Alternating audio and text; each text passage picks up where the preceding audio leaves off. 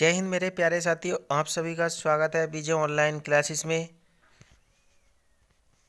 तो साथियों, यानी कि चैप्टर नंबर 7 की 11th क्लास की ज्योग्राफी। ठीक है गाइज, तो जो है long question answer type question आज आपके फिनिश हो जाएंगे इस वीडियो में।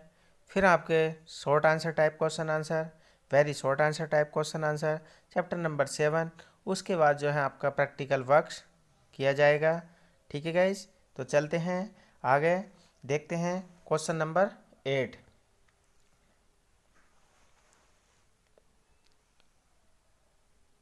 गाइज, जिसने चैनल को सब्सक्राइब नहीं किया है तो प्लीज़ गाइज चैनल को सब्सक्राइब कर लें चैनल से जुड़ने के लिए, और notification bell icon all press कर लें ताकि मेरे नोटिफिकेशन आपको सबसे पहले और सबसे जल्दी मिल जाएं। ठीक है गाइज, और अपने नोट्स बनाएं, अच्छे से प्रिपरेशन करें, तैयारी करें, रोज़ नोट्स बनाएं और उनको लर्न करें, याद करें और लिख लिख कर ज़रूर देखें। ठीक है, तो गाइज आप कभी भी ज़िंदगी में भूलेंगे नहीं। तो चलते हैं आगे। उत्तराखंड राज्य के भूस्खलन सुवेद क्षेत्रों का वर्णन कीजिए, इसकी क्षति के न्यूनीकरण की युक्तियां बताइए। तो उत्तराखंड के भूस्खलन सुवेद क्षेत्र, उत्तराखंड राज्य का भूस्खलन प्रभावशीलता की दृष्टि से विश्व में चौथा स्थान है। यानी कि विश्व में उत्तराखंड भूस्खलन प्रभावशील यानी कि भूस्खलन की दृष्टि से विश्व में कौन सा स्थान है? चौथा। तो क्वेश्चन आएगा गाइस, छोटा शॉर्ट क्वेश्चन भी आ सकता है कि उत्तराखंड भूस्खलन की दृष्टि से विश्व में कौन सा स्थान रखता है? तो चौथा। यहाँ लगभग 1200 से अधिक गांवों में भूस्खलन सुवेद क्षेत्रों में सम्मिलित किया गया है। 1200 से अधिक गांवों में भूस्खलन क्षेत्र यानी कि है। हैदराबाद स्थित सुदूर संवेदन संस्थान की रिपोर्ट के अनुसार हैदराबाद आंध्र प्रदेश में जो है, यानी कि जो रिमोट संस्थान की रिपोर्ट के अनुसार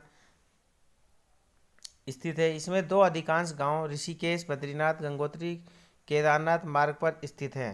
यानी कि ऋषिकेश और बद्रीनाथ, गंगोत्री, केदारनाथ मार्ग पर स्थित हैं। NRS के लैंड हेजार्ड जॉनसन मानचित्र के आधार पर अलकनंदा घाटी में 137 गंगा, अलकनंदा घाटी में 24 गंगा, चंद्रप्रभा घाटी में 25, गंगा घाटी में 21, बेतसुदी नदी के निकट 23 गांव संवेदनशील हैं।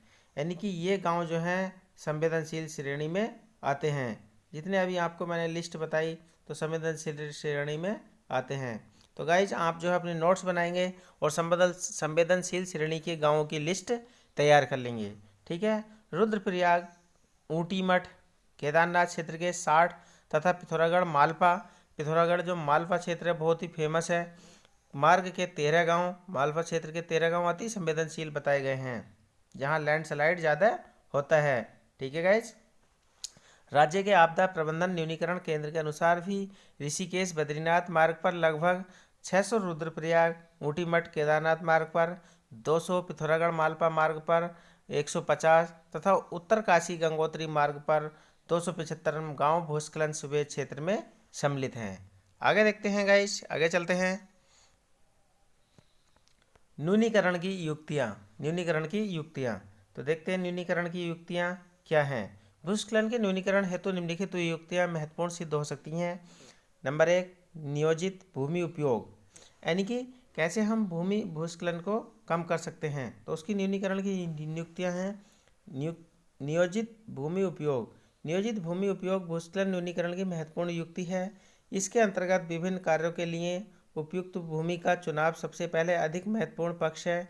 यदि मकानों का निर्माण सुरक्षित स्थानों पर किया जाए, वनस्पति के लिए निर्धारित अनुपात में भूमि का उपयोग हो, भूस्खलन का जोखिम कम हो जाता है। ठीक है गाइज, यानी कि वनों को काटकर हम भूमि ना करें, वनों को काटकर हम घर ना बनाएं, जिससे भूस्खलन की संभावना बढ़ती रहे। नेक्स्ट नंबर 2 देखते हैं, प्रतिधारण दीवारों का वर्णन। प्रतिधारण दीवारों का निर्माण भूस्खलन प्रभावित क्षेत्रों में सड़कों के किनारे तीव्र ढाल को रोकने के लिए विशेष प्रकार की प्रतिधारण दीवारों का निर्माण किया जाता है। रेल लाइनों के लिए बनाई गई सुरंग तथा सड़क मार्ग के किनारे काफ़ी दूर तक इन दीवारों को बनाने से पर्वतीय ढाल से आने वाले मलबे को रोका जा सकता है। नेक्स्ट है आपका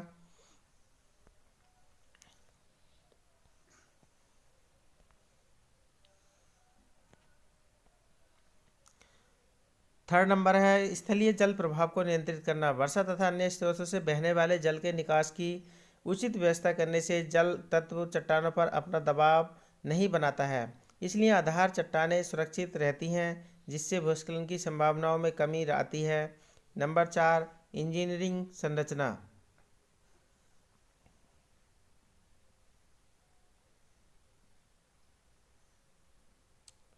कुशल अभियंताओं द्वारा निर्धारित मानकों के आधार पर भवनों की संरचना अधिक टिकाऊ होती है, अतः भूस्खलन यानी कि इंजीनियर द्वारा मैप निर्माण के अनुसार मकान बनाए जाने चाहिए। भूस्खलन संभावित क्षेत्रों में कुशल इंजीनियरों के मार्गदर्शन में ही भवनों का निर्माण किया जाना उपयुक्त है, अन्यथा दुर्घटना काल का ग्रास्त साबित है। नंबर 5 वनस्पति आवरण।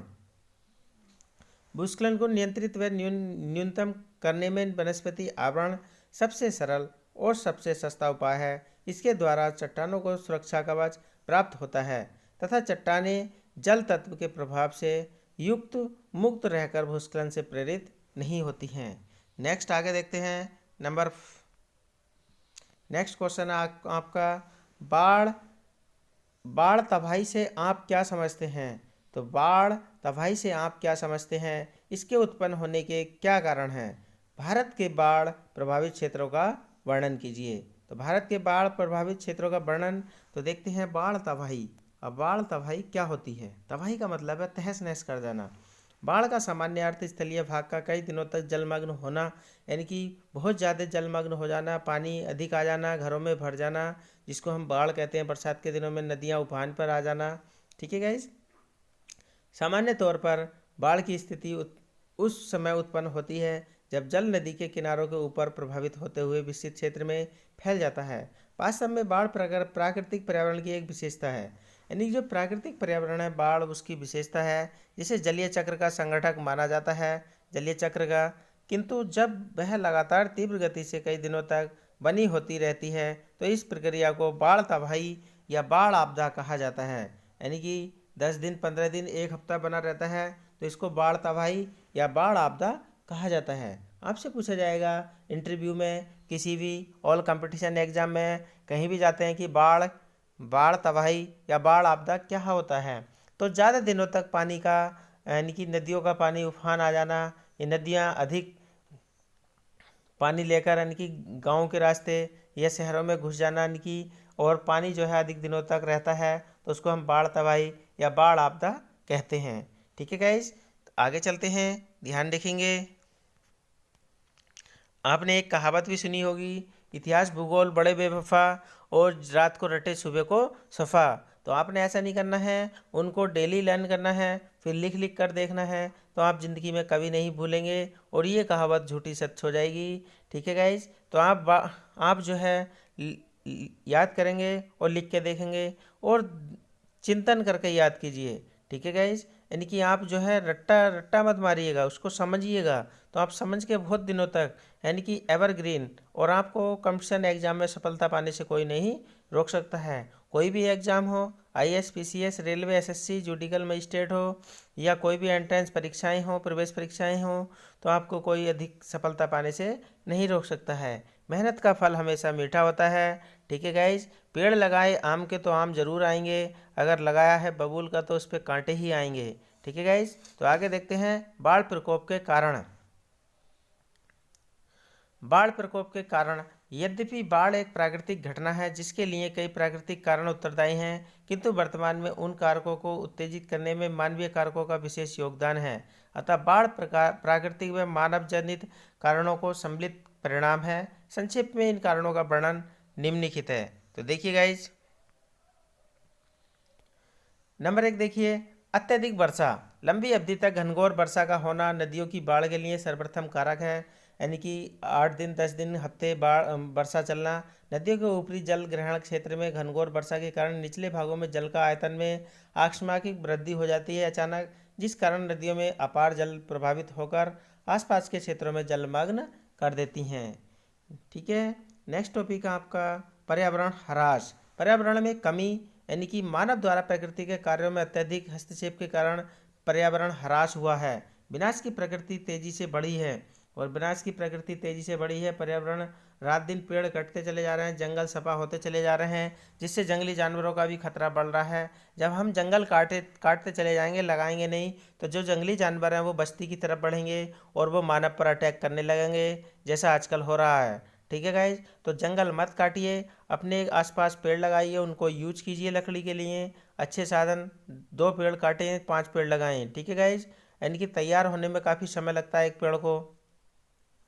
तो पर्यावरण को बचाए रहें और वनों को भी बचाए रहें। जो बाढ़ का प्रमुख कारण बनता जा रहा है, नदियों के जलग्रहण क्षेत्रों तथा अन्य सभी भागों में तेजी से वन विनाश हो रहा है, इसलिए भूमि कटाव अधिक होता है, जो नदियों के तल को ऊंचा कर देता है। अतः वर्षा के समय जल नदी के किनारों से बहाकर आकर बाढ़ की स्थिति उत्पन्न कर देता है। नंबर 3 देखते हैं।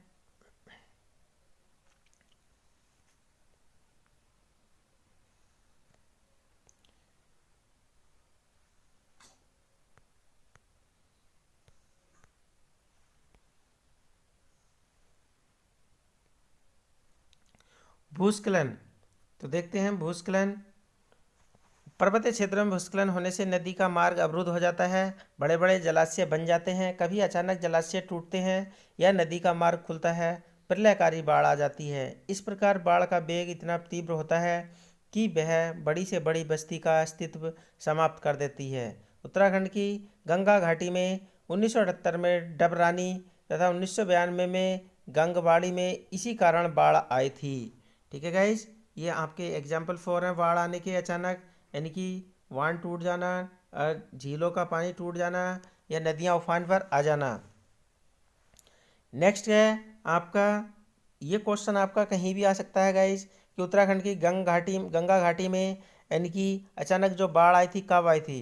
तो 1978 में डबरानी में, 1992 में गंगवाड़ी में आई थी। बांध तटबंध का टूटना। अब बांध जो होते हैं और तटबंध जो होते हैं उनका टूटना देखते हैं। कभी कभी अचानक बांध या नदी के तटबंध टूट जाते हैं, जिससे प्रचंड बाढ़ आ जाती है। 1984 में पूर्वी कोसी नदी का तटबंध यानी कि पूर्वी कोसी नदी का तटबंध टूटने से बाढ़ की भयावह स्थिति उत्पन्न हुई। नगरीकरण। अब आप देखते हैं नगरीकरण। बढ़ता अनियोजित नगरीकरण मानव जनित बाढ़ आपदा का प्रमुख कारण है। नगरीकरण के परिणाम स्वरूप भूमि अभाव के कारण निम्न भूमि क्षेत्रों के उपयोग से बाढ़ की स्थिति उत्पन्न होती जाती है।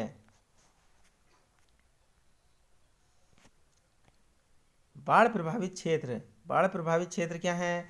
विश्व में बांग्लादेश के बाद भारत सबसे अधिक बाढ़ प्रभावित क्षेत्र है विश्व में। अब देखिए गाइस, सबसे ज़्यादा विश्व में सबसे ज़्यादा बाढ़ कहाँ आती हैं? तो वो आती हैं बांग्लादेश में, और दूसरे नंबर पर विश्व में सबसे ज़्यादा बाढ़ आती हैं भारत में। तो ये आप ध्यान रखेंगे। 2 question all competition all exam के लिए हैं। ठीक है गाइस, तो भारत में बिहार। अब भारत में देखिए बाढ़ सबसे ज़्यादा कहाँ कहाँ आती है? तो सबसे पहले बिहार, पश्चिम बंगाल, पूर्वी उत्तर प्रदेश, असम को प्रतिवर्ष बाढ़ का सामना करना पड़ता है। यानी कि पूर्वी उत्तर प्रदेश, बिहार, पश्चिम बंगाल और पूर्वी उत्तर प्रदेश प्रतिवर्ष बाढ़ का सामना करना पड़ता है। ओडिशा, आंध्र प्रदेश, राजस्थान व अन्य पंजाब को भी कभी कभी बाढ़ का सामना करना पड़ जाता है। पर्यावरण में आए परिवर्तनों के कारण तो राजस्थान के मरुस्थलीय क्षेत्रों को विगत कुछ वर्षों से बाढ़ का सामना करना पड़ रहा है। देश के बाढ़ प्रभावित क्षेत्रों को निम्नलिखित 2 भागों में विभाजित किया जाता है। ठीक है, तो देखते हैं। महत्वपूर्ण नोट से एक छोटा सा, यानी कि भारत के 32 लाख वर्ग किलोमीटर कुल भौगोलिक क्षेत्रफल में, यानी कि भारत का जो क्षेत्रफल है वो 32 लाख वर्ग किलोमीटर है। तो 4 लाख वर्ग किलोमीटर का क्षेत्र बाढ़ से प्रभावित है। अब 32 लाख में से जो 4 लाख वर्ग किलोमीटर का क्षेत्र है वो बाढ़ से प्रभावित रहता है। नेक्स्ट टॉपिक देखते हैं, प्रमुख बाढ़ प्रभावित क्षेत्र।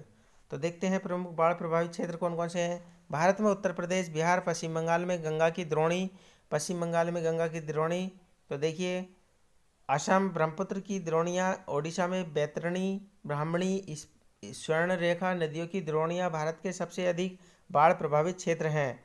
चित्र इतने में देश की कुल कुल बाढ़ आपदा की लगभग 60% हानि के केवल गंगा के जल प्रभाव क्षेत्र में रहती होती है। पश्चिम बंगाल, बिहार, पूर्वी उत्तर प्रदेश में प्रतिवर्ष बाढ़ आपदा से सर्वाधिक हानि होती है। ठीक है गाइस, तो देखिए ये आप जो है ध्यान रखेंगे कहाँ कहाँ सबसे अधिक बाढ़ आती है। ठीक है, एक एक नंबर के क्वेश्चन लॉन्ग क्वेश्चन में से शॉर्ट क्वेश्चन बन जाते हैं और वेरी शॉर्ट बन जाते हैं। ठीक है, तो यहीं से आपके शॉर्ट नोट्स भी तैयार हो जाते हैं। आगे देखते हैं।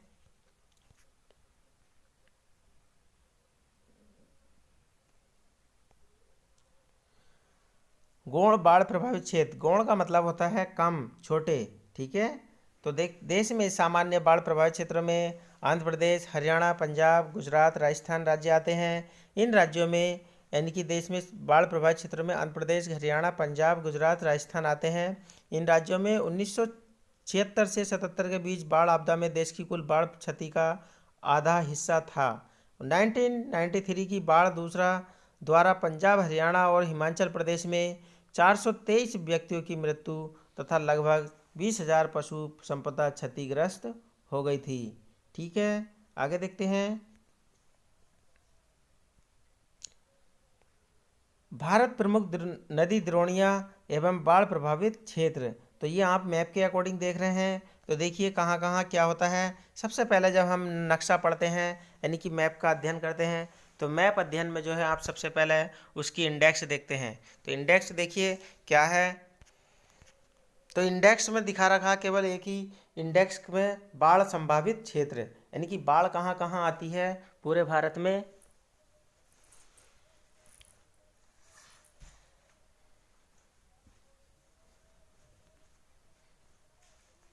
तो पूरे भारत में बाढ़ कहाँ कहाँ आती है, तो उसका संभावित क्षेत्र देखते हैं हम। तो देखिएगा, तो देखिए झेलम, चिनाब, ये झेलम चिनाब नदी हैं, सतलुज, रावी, सिंधु, और ये देखिए जहाँ डार्क दिखाया गया है यहाँ सबसे ज़्यादा बाढ़ आती हैं। ये स्थान है, ये बाढ़ प्रभावित है। आगे देखते हैं बाढ़ किन किन नदियों के द्वारा आती है, और देखते हैं भारत के नक्शे में। तो गंगा, यमुना, घाघरा, चंबल, बेतवा, ये देखिएगा गंगा की सहायक नदियाँ हैं। गंडक, कोसी, बेतवा, नर्मदा, सोन महानदी, ये बिहार, पश्चिम बंगाल इधर साइड में देखिए बाढ़ यहाँ सबसे ज़्यादा आती है। ये बाढ़ प्रभावित क्षेत्र हैं, ये बाढ़ प्रभावित क्षेत्र हैं। ब्रह्मपुत्र नदी का बाढ़ प्रभावित क्षेत्र, और ये देखिएगा ये बाढ़ प्रभावित क्षेत्र हैं। तापी, सोन महानदी, ये सब बाढ़ यहाँ बाढ़ आती हैं, जहाँ काला काला डार्क देख रहे हैं आप। आगे देखते हैं। देखिए गोदावरी, तापी, कृष्णा, ये दक्षिण भारत की नदियाँ जो हैं, ये देखिए यहाँ इस तट पर ये बाढ़ आती हैं, यहाँ बाढ़ आती हैं, ये आती हैं। अब देखते हैं दक्षिण भारत में, तो दक्षिण भारत में बाढ़ कम आती है। भीमा, ये भीमा नदी भी इसमें, तुंगभद्रा, कृष्णा, कावेरी, पेरियार, यहाँ दक्षिण भारत में बाढ़ कम आती हैं। ठीक है,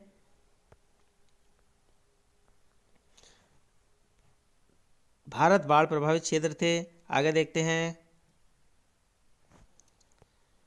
भारत में चक्रवात प्रभावित क्षेत्रों की मुख्य आपदाओं का उल्लेख कीजिए। आपदा से सुरक्षा के उपाय क्या हैं। आपदा, तो देखिए भारत में ओडिशा, आंध्र प्रदेश, कर्नाटक, तमिलनाडु, महाराष्ट्र, गुजरात राज्यों के तटीय चक्रवात प्रभावित क्षेत्र। ठीक है, भारत में विश्व के उन 6 प्रमुख क्षेत्रों में सम्मिलित है, यानी कि भारत जो है जहाँ प्रतिवर्ष उष्णकटिबंधीय चक्रवात आते हैं विश्व के 6 प्रमुख क्षेत्रों में।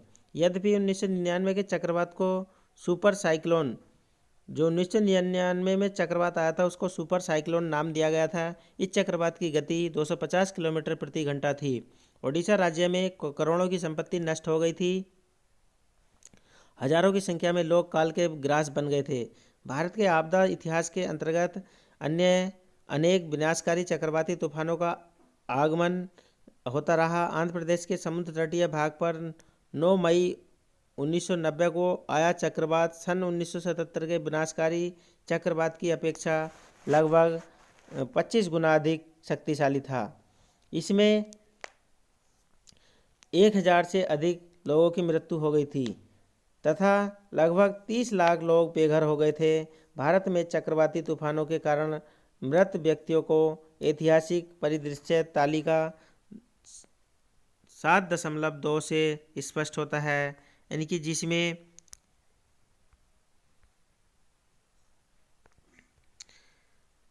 1737 से 1999 तक मानव क्षति को दर्शाया गया है। नेक्स्ट आगे देखते हैं।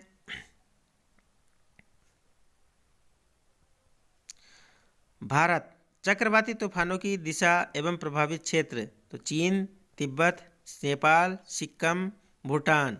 ठीक है गाइज, तो यहाँ तूफान आते हैं। ये पाकिस्तान देश है हमारा, ये पड़ोसी देश, चीन भी, तिब्बत भी, ये सब हमारे पड़ोसी देश हैं। नेपाल भी हमारा पड़ोसी देश है। ठीक है, भूटान भी हमारा पड़ोसी देश है। सिक्किम हमारा राज्य है। गुजरात ये भारत का राज्य है। बांग्लादेश ये अलग देश है, ये भी भारत में से बना है कट के। त्रिपुरा ये भारत राज्य है। पश्चिम बंगाल, ठीक है, बंगाल की खाड़ी आ गई। म्यांमार आ गया, उड़ीसा आ गया, अरब सागर आ गया।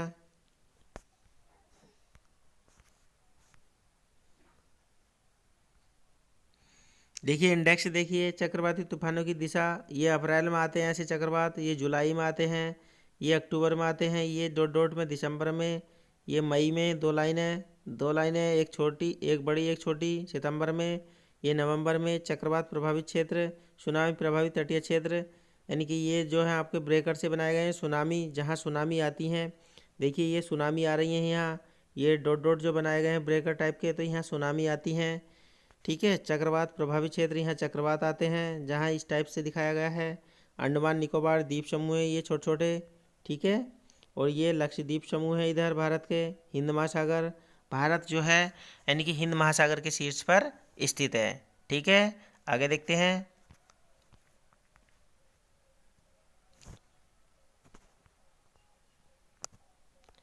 तालिका भारत में चक्रवाती तूफानों द्वारा मानव विनाश, तो 1700 वर्ष देखते हैं। वर्ष 1737 में जो है मृत्यु व्यक्ति यानी कि 3 लाख। वर्ष 1864 में मृत व्यक्ति थे 50,000। 1789 में 20,000। 1777 में 5,500। 1833 में थे 50,000।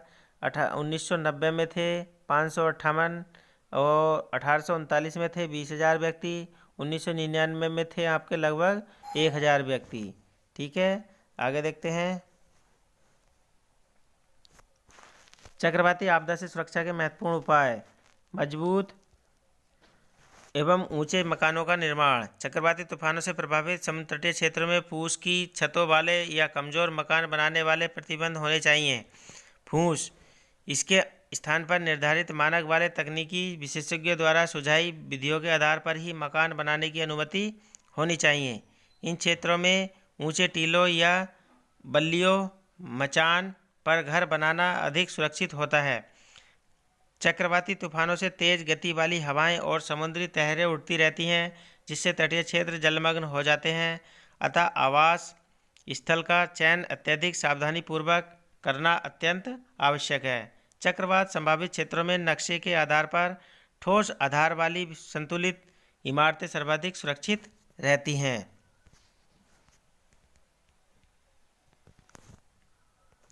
चक्रवात रोधी ढांचों का निर्माण, हवाओं मूसलाधार वर्षा के वेग को झेल सकने के लिए समुद्र तटीय चक्रवाती ढांचों का निर्माण किया जाना चाहिए। ये ढांचे निर्धन जनता द्वारा नहीं बनाए जा सकते हैं, इसलिए सरकार द्वारा इन्हें बनाने में विशेष आर्थिक सहायता प्रदान की जानी चाहिए। शरण स्थलों का विकास, नेक्स्ट देखते हैं। शरण स्थलों का विकास, चक्रवात संभावित क्षेत्रों में सरकार को चक्रवाती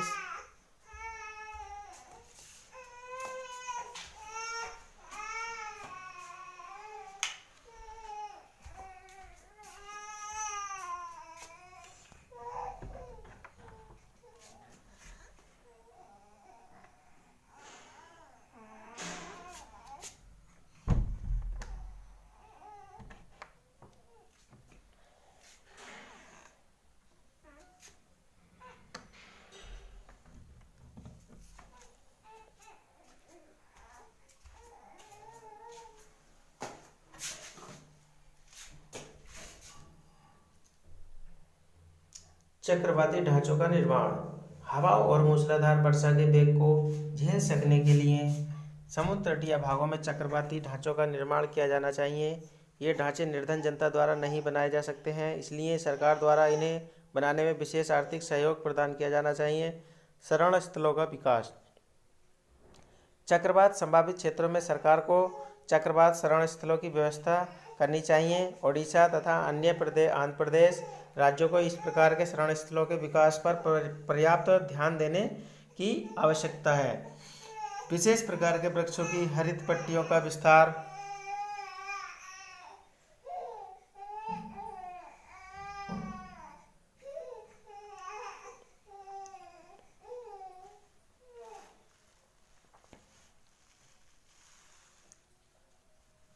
विशेष प्रकार के वृक्षों की हरित पट्टियों का विस्तार चक्रवातों और पवनों के वेग को कम करने की सबसे कारगर रणनीति। ऐसे विशेष पेड़ लगाए जाने चाहिए जिनकी जड़ें मजबूत तथा पत्तियां सुई जैसी हों। इन पेड़ों को उखाड़ने से बचाने के लिए उनके चारों ओर बाड़ें लगाई जानी चाहिए। वृक्षों की ऐसी हरित पट्टियां पूरे तटीय क्षेत्रों में बनाई जानी चाहिए। नेक्स्ट आगे देखते हैं।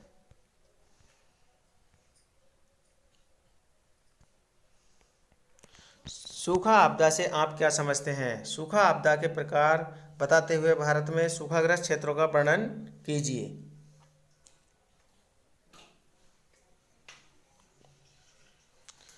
सूखे का सामान्य अर्थ किसी क्षेत्र विशेष में लंबे समय तक वर्षा का न होना, उसे सूखाग्रस्त कहते हैं। अर्थात सूखा ऐसी स्थिति को कहा जाता है जब लंबे समय तक कम वर्षा, अत्यधिक बाष्पीकरण, जलाशयों तथा भूमिगत जल के अत्यधिक प्रयोग से भूतल पर जल की कमी हो जाए।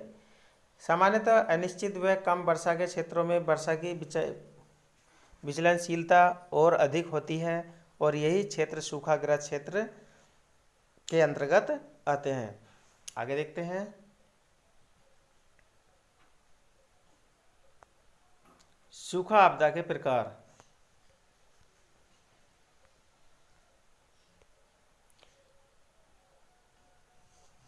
सूखा आपदा की स्थिति दशा को कई दृष्टिकोणों पर आधार पर विभक्त किया गया है। मौसमी विज्ञान संबंधी सूखा। तो मौसमी विज्ञान संबंधी सूखा जब किसी बड़े क्षेत्र में अपेक्षा से 75% कम वर्षा प्राप्त होती है तब मौसम संबंधी सूखे की स्थिति उत्पन्न होती है। कृषि सूखा। नेक्स्ट देखते हैं कृषि सूखा। इसे भूमि आर्द्रता सूखा भी कहा जाता है। मिट्टी में आर्द्रता की कमी के कारण फसलें मुरझा जाती हैं। जिन क्षेत्रों में 30% से अधिक कुल बोए गए क्षेत्र में सिंचाई होती है उन्हें भी सूखा प्रभावित क्षेत्र नहीं माना जाता है। जल विज्ञान संबंधी सूखा। यह स्थिति जब पैदा होती है जब विभिन्न जल संग्रहण जलाशय, जलभूत झीलों आदि का स्तर वृष्टि द्वारा किए जाने पर जलापूर्ति के बाद भी नीचे गिर जाए। नंबर 4 है पारिस्थितिकी सूखा। जब प्राकृतिक पारिस्थितिकी तंत्र में जल की कमी से उत्पादकता में कमी हो जाए और परिणाम स्वरूप पारिस्थितिकी तंत्र में तनाव आ जाए तथा यह क्षतिग्रस्त हो जाता है तो पारिस्थितिकी सूखा कहा जाता है। आगे देखते हैं। भारत में सूखाग्रस्त क्षेत्र। भारत में सूखे की स्थिति सभी जगह समान नहीं मिलती है, यानी कि कहीं कम है, कहीं ज़्यादा है, कहीं पर सूखा ज़्यादा है तो कहीं पर कम है। सूखे की प्रकृति के आधार पर भारत को 3 सूखाग्रस्त क्षेत्रों में बांटा गया है। तो देखिए नंबर 1 अत्यधिक सूखा प्रभावित क्षेत्र। तो अत्यधिक सूखा प्रभावित क्षेत्र हैं आपके चित्र 7.6 से स्पष्ट है कि राजस्थान में ज़्यादातर भाग विशेषकर अरावली के पश्चिम स्थिति मरुस्थली, गुजरात का कच्छ क्षेत्र अत्यधिक सूखा प्रभावित क्षेत्र है, यानी कि राजस्थान में मरुस्थल हो गया और गुजरात का कच्छ क्षेत्र हो गया जो सबसे ज़्यादा सूखे के मार झेलते हैं। जैसलमेर, राजस्थान के जैसलमेर बाड़मेर जिले भी शामिल हैं, सूखा क्षेत्र प्रभावित हैं, जहां 90 मिलीमीटर से भी कम औसत वार्षिक वर्षा होती है। नंबर 2 अधिक सूखा प्रभावित क्षेत्र। इसमें राजस्थान के पूर्वी भाग, मध्य प्रदेश के ज़्यादातर भाग, यानी कि मध्य प्रदेश में सूखे के कारण, पानी कम होने के कारण वहाँ जो है दलहनी फसलें सबसे ज़्यादा होती हैं। मध्य प्रदेश में दालों का उत्पादन किया जाता है। राजस्थान में धूल भरी आंधियाँ चलती हैं। राजस्थान में बारिश कम होती है। महाराष्ट्र के पूर्वी भाग, आंध्र प्रदेश के अंदरूनी भाग, कर्नाटक का पठार, तमिलनाडु के उत्तरी भाग, झारखंड का दक्षिणी भाग, ओडिशा का आंतरिक भाग शामिल है। ठीक है, आगे चलते हैं। तो देखिए मैप के अकॉर्डिंग देखते हैं भारत में सूखा कहाँ कहाँ होता है। तो मैप भारत सूखा प्रभावित क्षेत्र। तो हम मैप का अध्ययन करेंगे। ज्योग्राफी के सभी यानी कि ज्योग्राफी का अध्ययन करने वाले अपने साथ एटलस जरूर रखें। एटलस से आधी ज्योग्राफी आपकी कंप्लीट हो जाएगी और नक्शे के आधार पर आप इंडिया के नक्शे पर या वर्ल्ड के नक्शे में कहीं भी जा सकते हैं। ठीक है, मैप के अकॉर्डिंग आगे देखते हैं। तो मैप देखते हैं हम इंडिया का सूखा प्रभावित क्षेत्र। तो देखिए सबसे पहले हम इंडेक्स देखते हैं। तो इंडेक्स में सूखा क्षेत्र ये दिखा रखी है आपको इंडेक्स।